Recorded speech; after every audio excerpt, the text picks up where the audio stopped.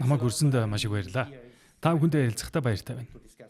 Баярлалаа. Эхлээд нэг асуултаар яриагаа эхлэе. Бид өнөөдөр хиймэл оюун буюу AI мэдээллийг урд өмнөхөөс илүү хурдтай шинжилж чаддаг эринд орж ирж байна. Тэгвэл хиймэл оюун эрдэмтдийн нээлт хийх арга барилыг хэрхэн өөрчилж байгаа вэ? Мөн энэ үед хүний зүн совин, хүний сэтгэх чадвар яг юун дээр зайлшгүй хэрэгтэй хэвээр байгаа вэ? AI буюу хиймэл оюуныг бид өдөр тутмын амьдралдаа улам их ашиглаж байгаа. Гэхдээ үүнийг хамгийн түрүүнд нэг хэрэгсэл гэж харах хэрэгтэй.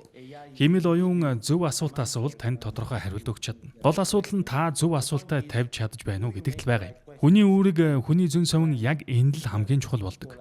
Өөрөөр хэлбэл зөв асуултыг тавих чадвар бол хүний оролцоо хамгийн хэрэгтэй хэвээр байгаа хэсэг юм. Бидэнд байгаа мэдээллээр таны судалгаа CERN дэх бөөмсийн мөргөлдөөнийг ашиглан сансрын туяаг судалгаа гэж байна. Лабораторид ийм мөргөлдөөнийг дахин бий болгох нь бидэнд дэлхийгээс цаадах орчлон ертөнцийг ойлгоход хэрхэн тусалдаг вэ? Энэ бол миний хувьд маш сонирхолтой. Бас миний судалгааны гол цөм болсон сэдэв. Би LHCb туршилт дээр ажиллаж ирсэн. Мөн SMOG гэж нэрлэдэг систем дээр ажилладаг. SMOG гэдэг нь System for Measuring Overlap with Gas гэсэн үгийн товчлол юм. Энэ систем нь хурдан суурийн вакуум орчин руу тодорхой хий шахах боломжийг олгодог. LHC буюу том адрон мөргөлдүүлэгч дотор протонууд эргэлдэж байдаг. Тэндхийн вакуум орчин нь гадаад сансрын орчноос ч илүү вакуум байдаг гэж хэлж болно. Ойролцоогоор 10-ын хасах 9 миллибар хэмжээний даралтай. Өөрөөр хэлбэл тэнд маш цөм молекул байдаг. Бид энэ орчинд хий шахснаар протонууд зөвхөн бие биетэйгээ LHCb зэрэг туршилтын цэгүүдээр мөргөлдөхөөс гадна бидний шахсан хийтэй мөн мөргөлдөх боломжтой болдог. Энэ процессыг SMOG гэж нэрлэдэг системээр хийдэг. Энэ нь яг орчлон ертөнц болон дэлхийн агаар мандал болдог үйл явцтай нэлээд төстэй. Жишээлбэл сансрын туяанд протон байж болно. Тэр протон нь одод хоорондын орчин гэж нэрлэгддэг маш сэрэг хийн орчинтой харилцан үйлчилдэг. Тэр хийн голчлон ус дөрөгч гели байдаг бөгөөд орчлын ертөнцид тархан оршдог. Энэ бол антиматер, жишээлбэл антипротон үүсэх механизмуудын нэг юм. Бид дэлхий дээр юу хэмжихийг хүсэж байна гэхээр энэ процессыг лабораторид дахин бий болгож ийм мөргөлдөөний үед хэр хэмжээний антиматер үүсэж байгааг харахыг хүсэж байгаа юм.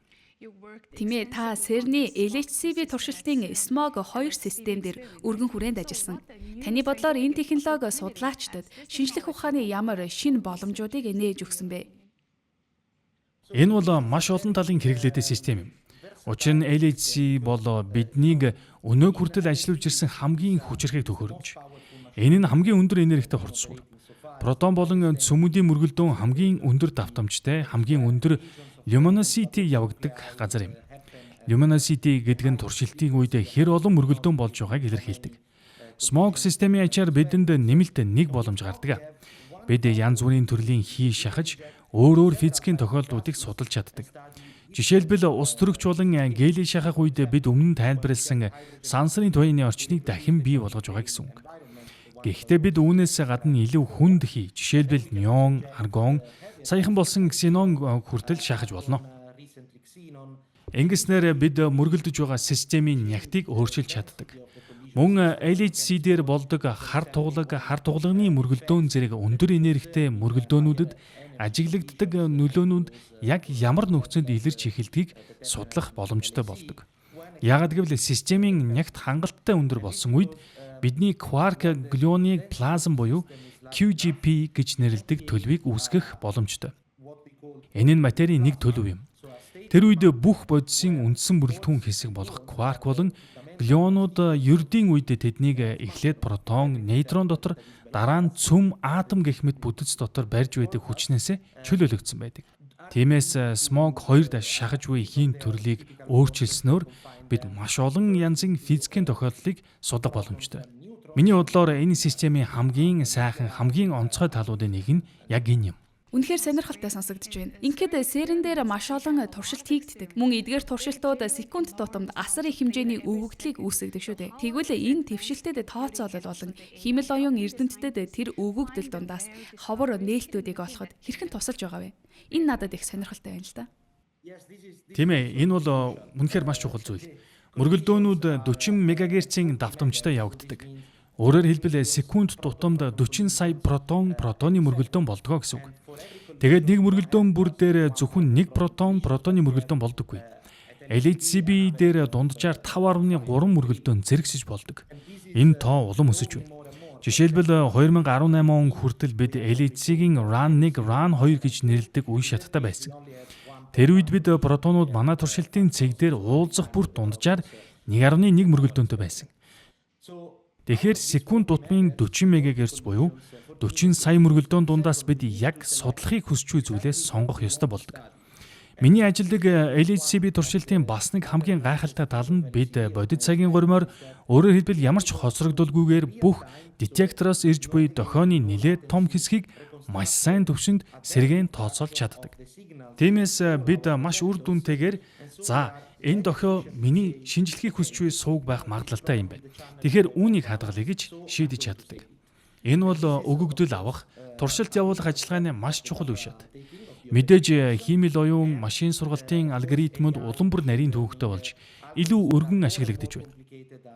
Учир нь эдгээр нь бидэнд бодит цаг дээр харж байгаа дохио маань яг бидний судалгааг хүсэж буй задрал уу эсвэл тодорхой бөөм үү гэдгийг хэр магадлалтай болохыг тодорхойлоход тусалдаг. Тийм ээ, энэ өгөгдлүүд бидний төсөөлж чадхаас илүү их хурдтайгаар өсөж байна. INF-н бол дэвшилтэт тооцоолын дэд бүтцээрээ алдартай байгууллага. Тэгвэл шинжлэх ухааны өгөгдөл асар хурдтай байдлаар үргэлжлэн өсөж байгаа энэ үед энэ мэдээллийг удирдах, мөн ойлгож боловсруулахад тулгарч байгаа хамгийн том сорилтууд юу вэ? Бас ямар боломжууд бий болж байна вэ? Тийм ээ, үнэхээр тийм. Миний ажлын мэргэжлийн хамгийн сонирхолтой хэсгүүд юм нэг нь яг энэ гэж боддог. Бид суурь судалгаа хийдэг. Орчлын ертөнцийн нууцуудыг судалдаг.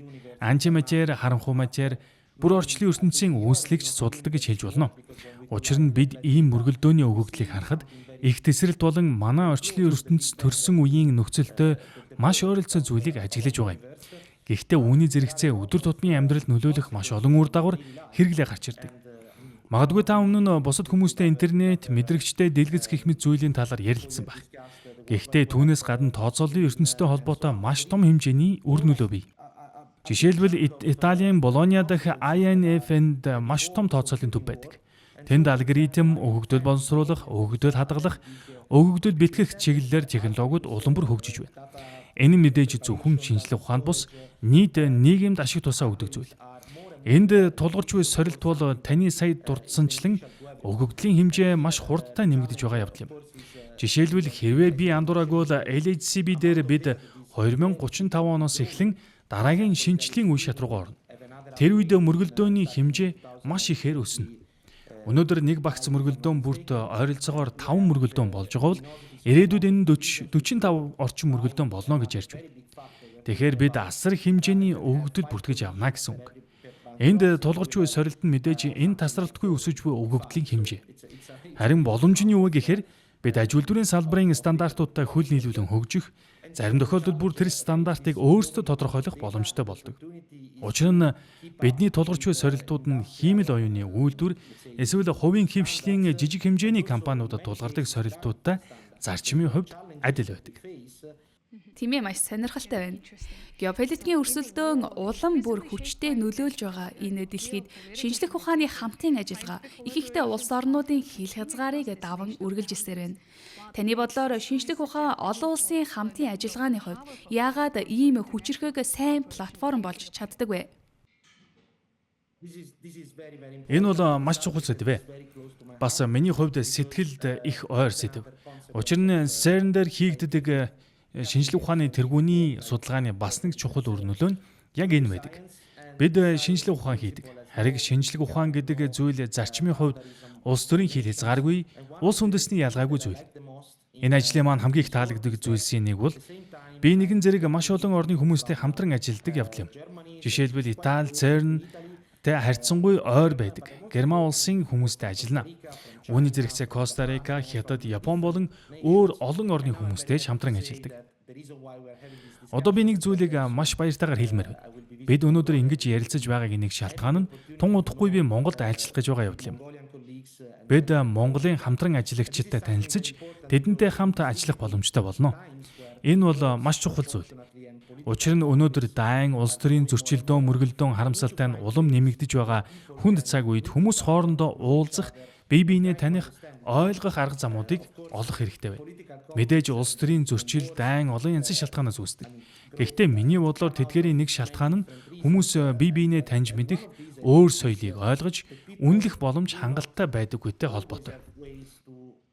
Тиймээс шинжлэх ухаан ялангуяа ЦЕРН шиг олон улсын олон орны төлөөлөлтөд олон орны судлаачид ирж өөр туршилтад оролцож ажилладаг газар бол инх тайвны лаборатори юм.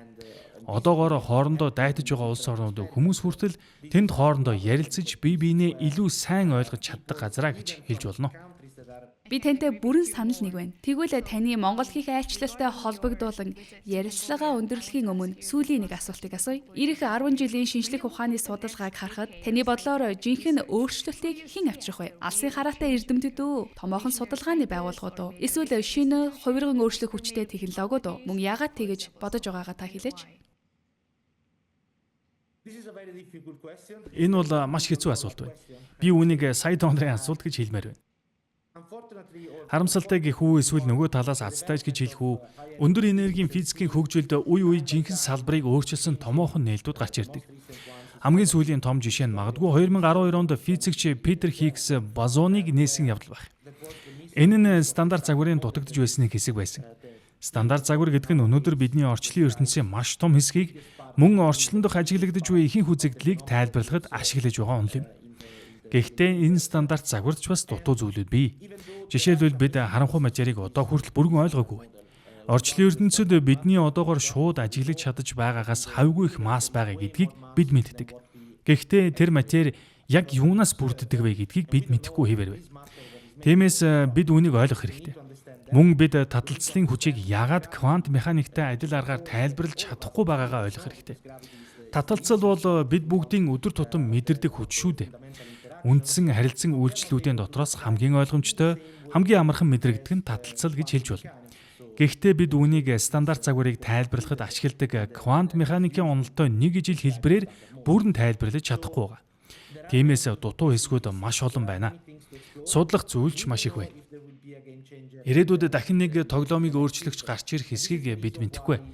Тийм учраас бид одоо LHC-гээс өөр шинэ хурд суур батлуулах, барих талаар бодож эхэлж байна. LHC бол одоо ЦЕРН дээр ажиллаж байгаа хурд суур. Одоогийн LHC-гийн тойргийн урт 27 км. Харин шинэ үеийн хурд суур буюу Future Circular Collider нь ойролцоогоор 90 км байх төлөвтэй байгаа. Тэгэхээр энэ улам томорч бид стандарт загварт юу дутуу байгааг илүү гүнзгий судлахыг хичээж байгаа. Бас нэг зүйлийг хэлмээр байна. Ойрын хугацаанд game changer буюу асар том нээлт эсвэл судлах гайхалтай шинэ зүйл гарч ирэх хэсгийг би мэдэхгүй. Гэхдээ үүнтэй адил хэмжээнд жижиг алхмуудад ч бас ач холбогдол өгөх ёстой гэж би боддог. Учир нь бид үргэлж том үсрэлт хийж шууд салбарыг өөрчлөх нээлт олддоггүй. Шинжлэх ухааны түүхэнд, физикийн түүхэнд олон удаа бид жижиг алхмуудаар урагшилж ирсэн. Өмнө нь мэддэг байсан зүйлээ улам сайн улам наривчилж илүү олон детальтайгаар ойлгодог болсон. Тэгэд магадгүй нэг өдөр тэдгээр жижиг алхмууд нийлээд илүү том, илүү чухал зүйл рүү хүрэгдэг. Маш гайхалтай хариулт байлаа. Таныг ч мөн энэ багийн нэг хэсэг энэ шинжлэх ухааны нийгэмлэгийн нэгэн төлөөлөл болохын хувьд өөрчлөлт авчрагчдын нэг гэж найдаж байна. Доктор Марианы, Женевээс бидэнтэй холбогдож өнөө цагийн шинжлэх ухааны хамгийн том асуултуудын талаар өөрийн ойлголт, туршлагаа хуваалцсанд баярлалаа. Өнөөдөр CNBC Mongolia-д бидэнтэй хамт байсанд дахин баярлалаа. ЦЕРН болон INF-ийн дэх судалгааны ажилтан өндрөөс өндөр амжилтыг. Надад үнэхээр таатай байлаа. Маш их баярлалаа. Удахгүй би танд очих үедээ та бүхэнтэй уулзнаа гэж найдаж байна. Монголд олзцгаая. Маш их баярлалаа. Баярлалаа. Баяртай.